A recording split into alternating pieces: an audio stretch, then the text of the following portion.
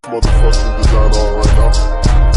Bring it down, bring it down, bring it down. I got 3 old thoughts, I'm down. Baik, selamat malam. Assalamualaikum warahmatullahi wabarakatuh. Izin Kak, sebelumnya perkenalkan diri, kami dari Universitas Bangka Belitung, yaitu jurusan Prodi Akuntansi. Di sini saya Gita dan teman saya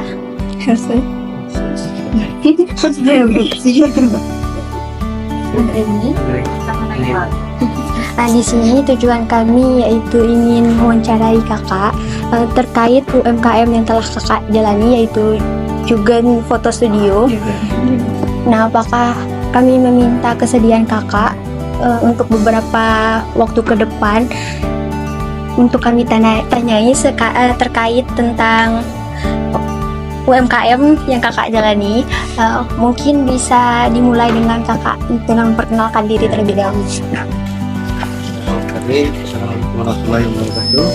Waalaikumsalam warahmatullahi wabarakatuh. Nama saya Dias Satria, posisi di Jugen Creative House sebenarnya sebagai CMO. Kalau CMO itu kan marketing, official, marketing.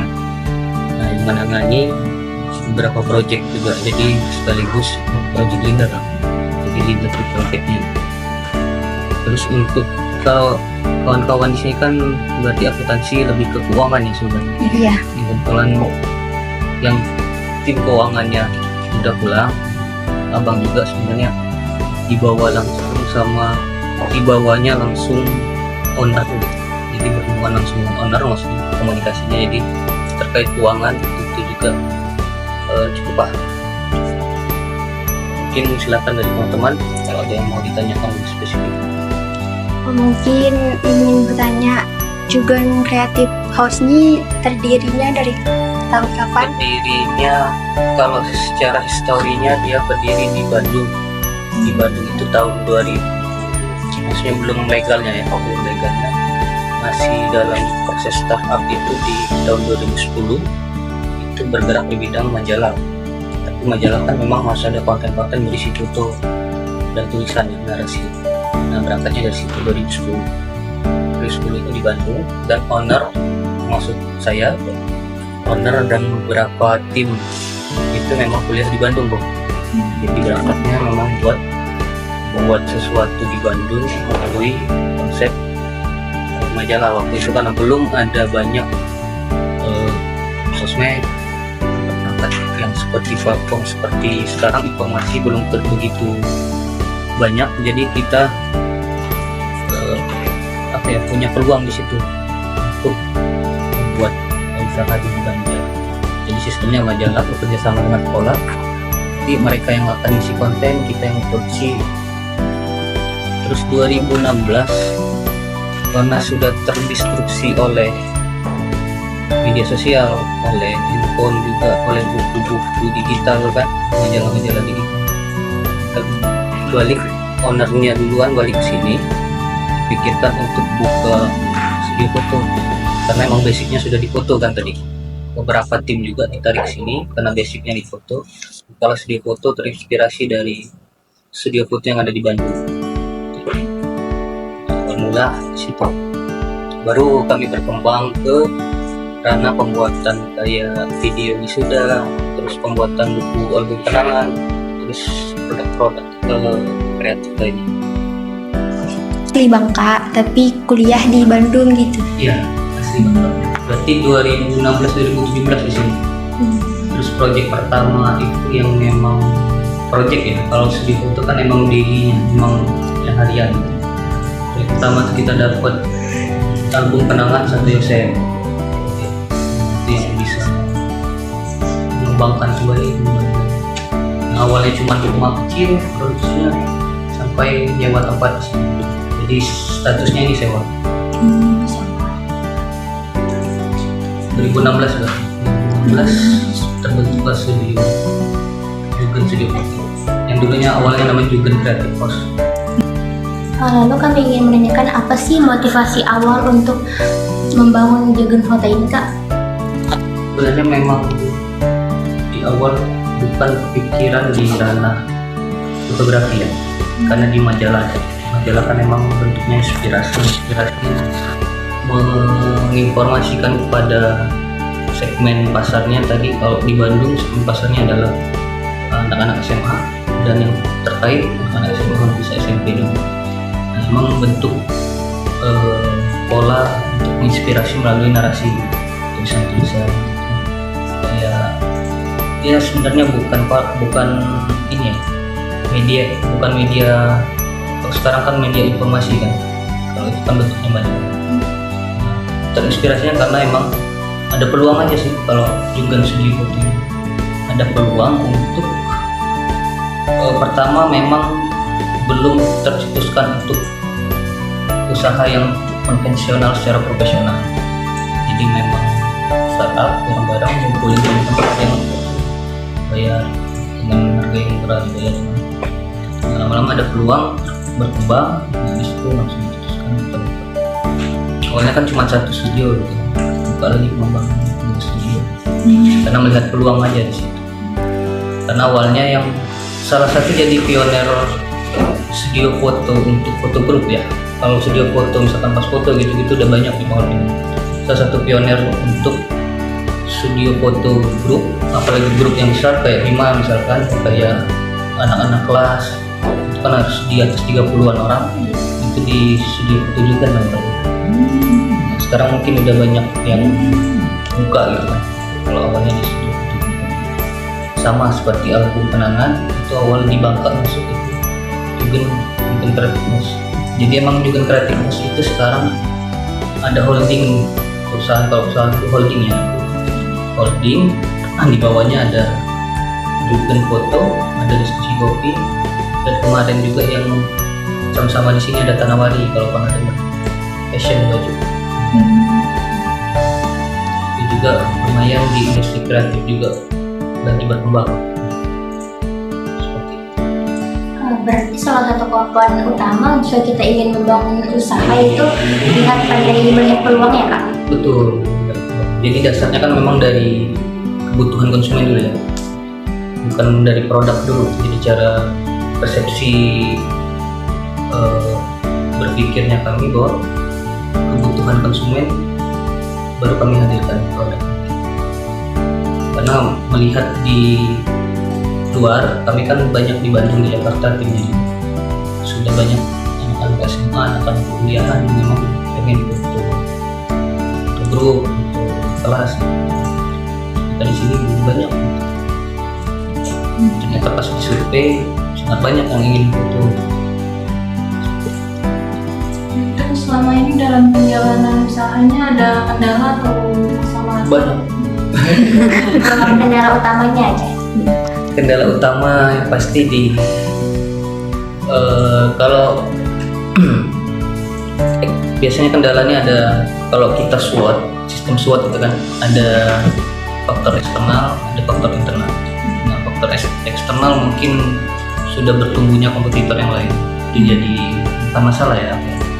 Jadi challenging, jadi tantangan lah untuk kita ya, untuk berkembang lagi. Mungkin untuk yang internal itu bisa dibilang aspek yang paling penting itu di SDM-nya, tim yang memang bisa. Karena gini, berangkatnya kita awal dari startup, jadi membentuk tim yang memang belum profesional dijadikan profesional. Itu kan harus butuh proses kan, melatih skill, hard skill, soft skillnya juga. Soft skill kan bagian dari kayak kerja sama tim, komunikasi ke timnya seperti apa, komunikasi ke konsumennya seperti apa. Nah itu yang kita terapin, karena kita kan jasa pelayanan yang ditekankan ke sisi.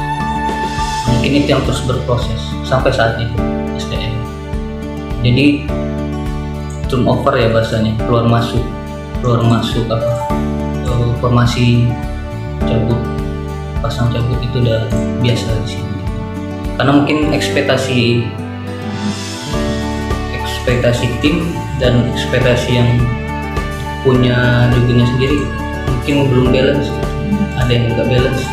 Jadi di situ mungkin harus dibalance.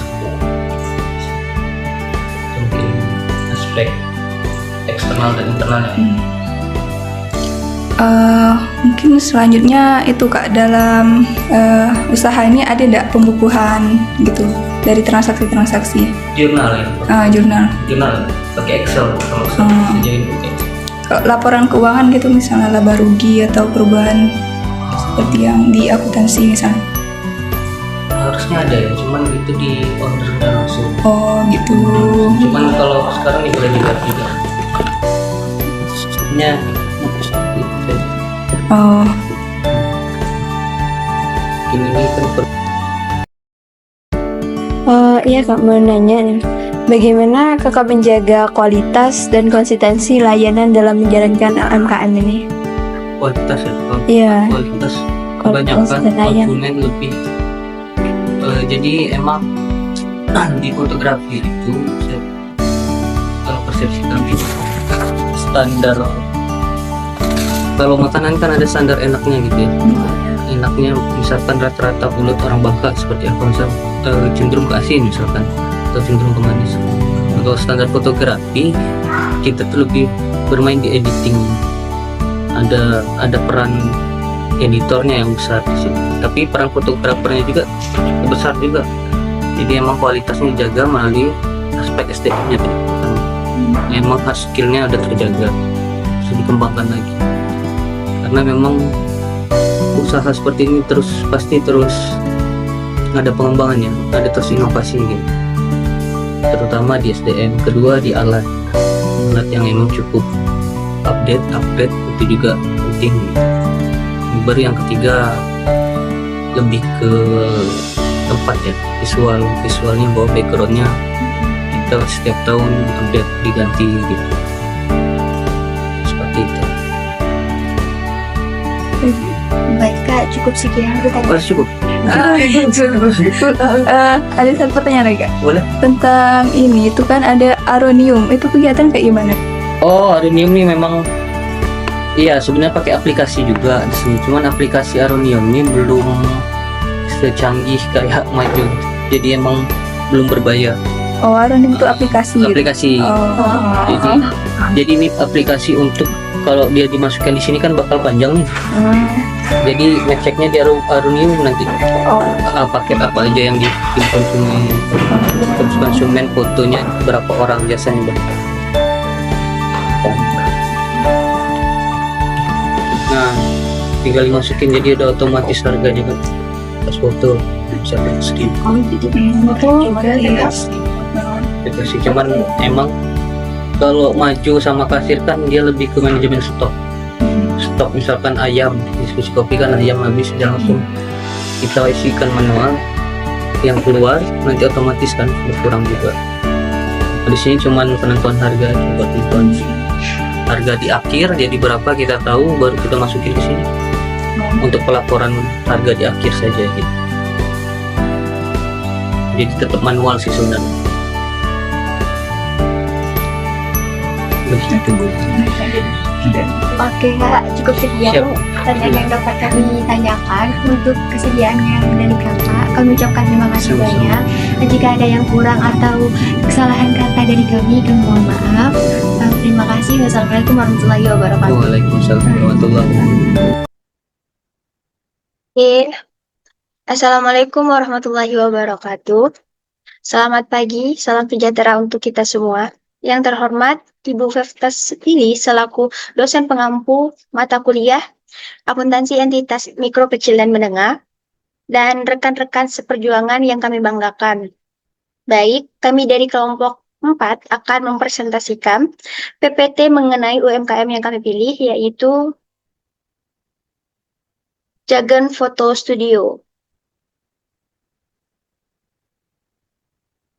Saya Gita Novianti selaku moderator pada kali ini, dan rekan saya Pepsi sebagai pemateri pertama, Naila Rizkia Ramadhani sebagai pemateri kedua, Helse sebagai pemateri ketiga, dan Anggraini sebagai pemateri keempat. Baik, isi presentasi kami kali ini terbagi menjadi 5 subbab, yaitu pendahuluan, kerangka teori, metode penelitian, hasil dan pembahasan, dan yang terakhir yaitu kesimpulan. Langsung saja kepada pemateri pertama, yaitu Pepsi, kami persilahkan. Baik, terima kasih kepada moderator. Lanjut saja saya akan mempresentasikan pendahuluan, yaitu usaha mikro kecil dan menengah memainkan peran penting dalam perekonomian Indonesia. Sektor ekonomi UMKM menyumbang sekitar 60% dari produk domestik bruto PDB nasional. Namun, masih banyak UMKM yang masih kesulitan dalam menyusun dan menginterpretasikan laporan keuangan mereka. Hal ini dapat disebabkan oleh kurangnya pemahaman, sumber daya, dan kapasitas manajemen keuangan yang memadai. Untuk penelitian ini bertujuan untuk mengkaji strategi keuangan yang efektif bagi UMKM dengan fokus pada analisis laporan keuangan pada Jagan Foto Studio, sebuah usaha fotografi di Kota Bandung yang salah satunya cabangnya terletak di Jalan Air Selan Gabek 1 Pangkal Pinang. Hasil penelitian diharapkan dapat memberikan wawasan berharga bagi pemilik dan manajer UMKM dalam mengelola keuangan secara lebih efektif. Baik, itu saja yang dapat saya sampaikan. Saya kembalikan kepada moderator. Oke, terima kasih kepada Bepsi telah menyampaikan materi pendahuluan. Selanjutnya, langsung saja kepada pemateri kedua, yaitu Naila. Kami persilahkan. Baik, terima kasih moderator. Saya akan menjelaskan poin kedua dari PPT kami hari ini, yaitu kerangka teori. Yang pertama, definisi laporan keuangan. Laporan keuangan merupakan representasi terstruktur dari situasi dan kinerja keuangan sebuah perusahaan. Yang kedua, usaha mikro kecil dan menengah. Menurut Undang-Undang Nomor 20 Tahun 2008 tentang UMKM, usaha mikro adalah usaha produktif milik orang perseorangan dan atau badan usaha perorangan yang memenuhi kriteria usaha mikro sebagaimana diatur dalam undang-undang ini. Yang ketiga, standar akuntansi keuangan entitas kecil dan menengah atau yang biasa disingkat SAK-EMKM. Merupakan standar akuntansi keuangan independen yang dapat digunakan oleh perusahaan yang tidak memiliki akuntabilitas publik dan yang signifikan. Lalu, penelitian terdahulu. Menurut Rizky Aminatul Mutlah, pencatatan yang pembelian dan pencatatan penjualan serta belum menyajikan laporan keuangan sesuai dengan standar akuntansi keuangan entitas mikro, kecil, dan menengah atau EMK atau SAK-EMKM. Lalu, poin yang ketiga yaitu metode penelitian. Kami sebagai penulis meneliti UMKM ini dengan metode penelitian kualitatif dan melibatkan studi pustaka atau library search sebagai sumber data. Penulis telah melakukan observasi langsung ke UMKM Jagan Foto Studio dengan berinteraksi langsung kepada salah satu anggota tim marketing di Jagan. Penulis secara hati-hati memilih dan mengelompokkan sumber data yang relevan, yang kemudian dibahas dalam penelitian. Analisis isi digunakan untuk menganalisis data dengan fokus pada diskusi dari sumber data yang ada. Pokok-pokok utama dan diskusi diekstraksi dan dianalisis. Hasil analisis ini diperiksa untuk memastikan keakuratan dan validitasnya. Dengan menggunakan metode gabungan ini, peneliti dapat menginterpretasikan data yang relevan dan mendapatkan pemahaman yang lebih baik tentang subjek penelitian. Baik, itu saja yang dapat saya jelaskan. Saya kembalikan ke moderator. Baik, terima kasih banyak kepada Naila. Selanjutnya, hasil penelitian dan pembahasan akan dibahas oleh Helse. Kepada Helse, kami persilahkan. Baik, terima kasih moderator. Di sini saya akan menjelaskan tentang hasil penelitian dan pembahasan.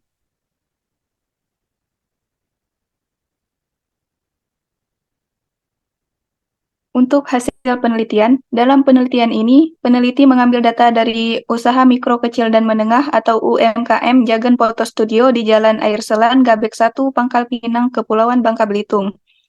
Penelitian ini bertujuan untuk mengetahui seberapa jauh penyusunan laporan keuangan berdasarkan standar akuntansi keuangan entitas mikro, kecil, dan menengah atau SAK MKM.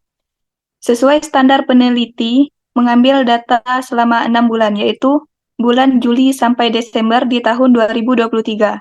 Dari penelitian ini, kami mengetahui bahwa laporan keuangan yang dibuat oleh UMKM Jagen Photo Studio tidak dapat mencerminkan laporan keuangan yang sebenarnya sesuai dengan SAK MKM yang berlaku, karena hanya memberikan informasi arus kas.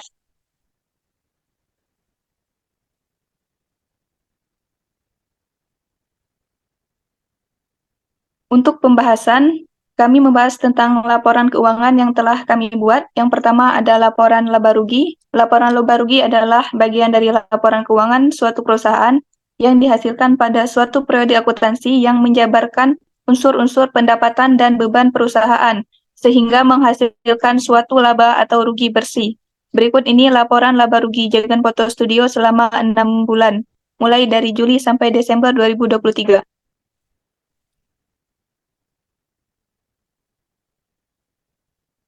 Baik, ini adalah tampilan laporan laba rugi bulan Juli, di mana pendapatan senilai Rp118.857.010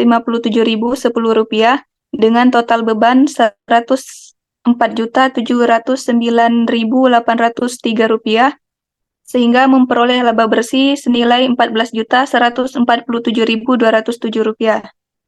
Selanjutnya, laporan laba rugi bulan Agustus.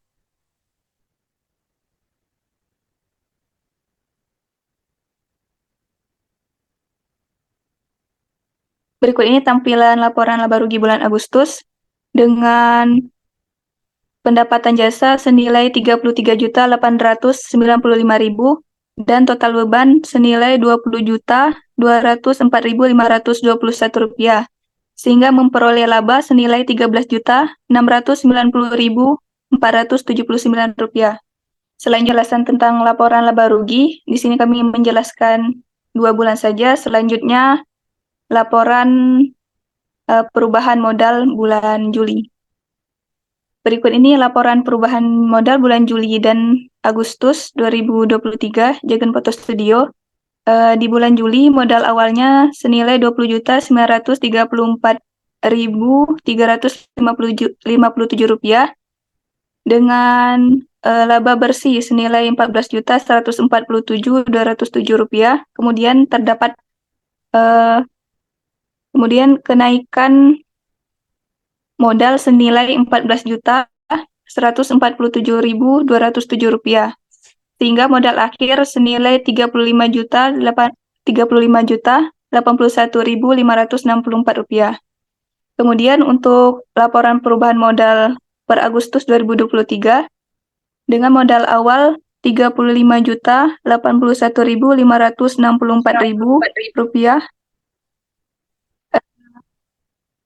Kemudian terdapat laba bersih senilai Rp13.690.479 dan terdapat juga FRIF oleh pemilik senilai Rp4.480.000, sehingga kenaikan modal senilai Rp9.210.479, sehingga diperoleh modal akhir sebesar Rp44.292.043.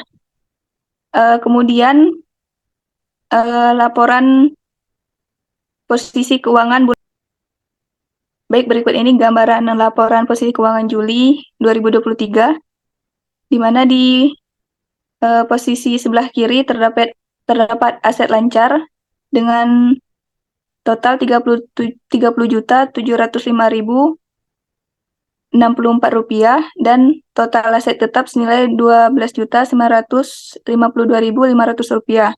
Total aset Rp43.657.564. Dan di sebelah kiri terdapat pasipa dengan liabilitas Rp8.576.000 dan di sisi ekuitas modal senilai Rp27.934.357 laba bersih Rp14.147.207 dengan total ekuitas senilai Rp35.081.564, sehingga total liabilitas dan ekuitas senilai Rp43.657.564, sehingga sisi aktiva dan pasifa balance. Kemudian laporan posisi keuangan bulan Agustus 2023. Berikut ini tampilan laporan posisi keuangan bulan Agustus, di mana di sisi aktiva ada aset lancar senilai Rp34.031.543 dan total aset tetap senilai Rp18.836.500 dengan total aset senilai Rp52.868.043. Kemudian di sisi pasifa ada total liabilitas senilai Rp8.576.000 dan ekuitas ada akun modal senilai Rp35.081.564. Kemudian laba bersih senilai Rp13.690.479 dan terdapat FRIF senilai Rp4.480.000 sehingga total ekuitas Rp44.292.043. Sehingga total liabilitas dan ekuitas senilai Rp52.868.043, sehingga sisi aktiva dan pasifa balance. Baik, berikut ini catatan atas laporan keuangan Jagan Photo Studio. 1. Umum, UMKM Jagan Photo Studio yang salah satu cabangnya berlokasi di Jalan Air Selan, Gabek 1, Kota Pangkal Pinang. Jagan Photo Studio telah berdiri sejak tahun 2016. Entitas ini bergerak dalam bidang usaha industri kreatif. 2. Ikhtisar kebijakan akuntansi. A. Kenyataan kepatuhan. Laporan keuangan disusun menggunakan standar akuntansi keuangan entitas mikro, kecil, dan menengah. UMKM Jagan Photo Studio merupakan tergolong usaha mikro dengan omset per tahun rata-rata sebesar Rp32.500.000. B. Dasar penyusunan. Dasar penyusunan laporan keuangan menggunakan biaya historis dan menggunakan asumsi dasar akrual. Mata uang yang digunakan adalah rupiah. Next.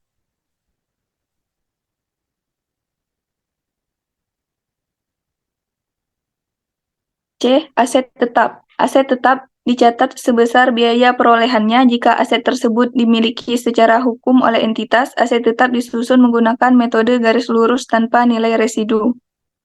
D. Pengakuan pendapatan dan beban. Pendapatan diakui secara tunai pada saat diterima order oleh beban dan beban diakui saat terjadi. E. Kas di tangan di bulan Juli 2023 sebesar Rp35.081.564 dan di bulan Desember 2023 sebesar Rp87.033.701.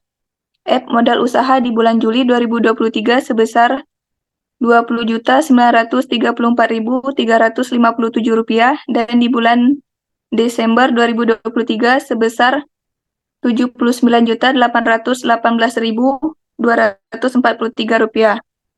G. Saldo laba di bulan Juli 2023 sebesar Rp14.147.207 dan di bulan Desember 2023 sebesar Rp7.315.458.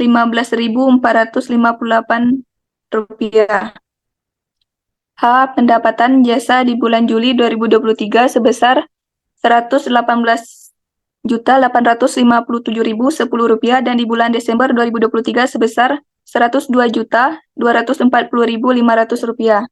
Next.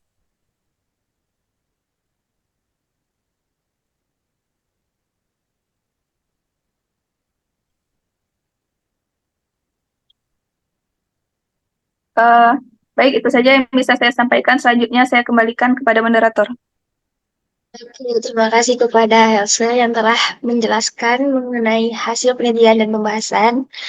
Selanjutnya yaitu kepada Anggreni untuk menjelaskan bab kesimpulan. Kepada Anggraini, kami persilahkan.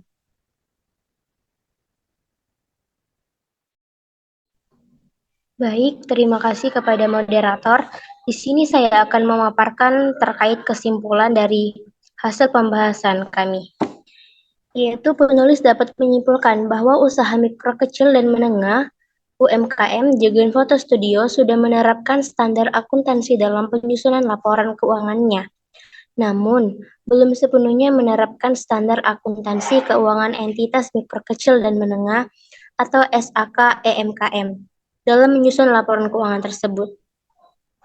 Berdasarkan hasil wawancara kami, UMKM Jagan Foto Studio sudah mengetahui SAK EMKM, namun belum sepenuhnya mengimplementasikan standar akuntansi keuangan entitas mikro kecil dan menengah atau SAK EMKM ke dalam laporan keuangan. Sebab dalam mengambil keputusan bisnisnya, Jagan Foto Studio berpegang pada cash flow serta grafik yang dibuat setiap bulannya. Jadi, Jagan Foto Studio sudah tahu bagaimana cara menerapkan standar akuntansi keuangan entitas mikro kecil dan menengah atau SAK MKM. Namun, dalam pengurus Jagan Foto Studio atau manajer keuangan belum menerapkan hal tersebut. Terima kasih, saya kembalikan kepada moderator. Baik, terima kasih kepada Anggraini. Oke, berikut ialah dokumentasi dari kami ketika melakukan sesi wawancara kepada Jagan Creative House Studio Foto. Dokumentasi bisa dilihat di PPT yang terlampir.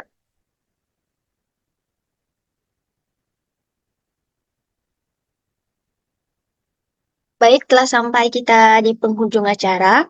Kami dari kelompok 4, mohon maaf jika ada kata yang salah. Terima kasih atas perhatiannya. Kami ucapkan wassalamualaikum warahmatullahi wabarakatuh.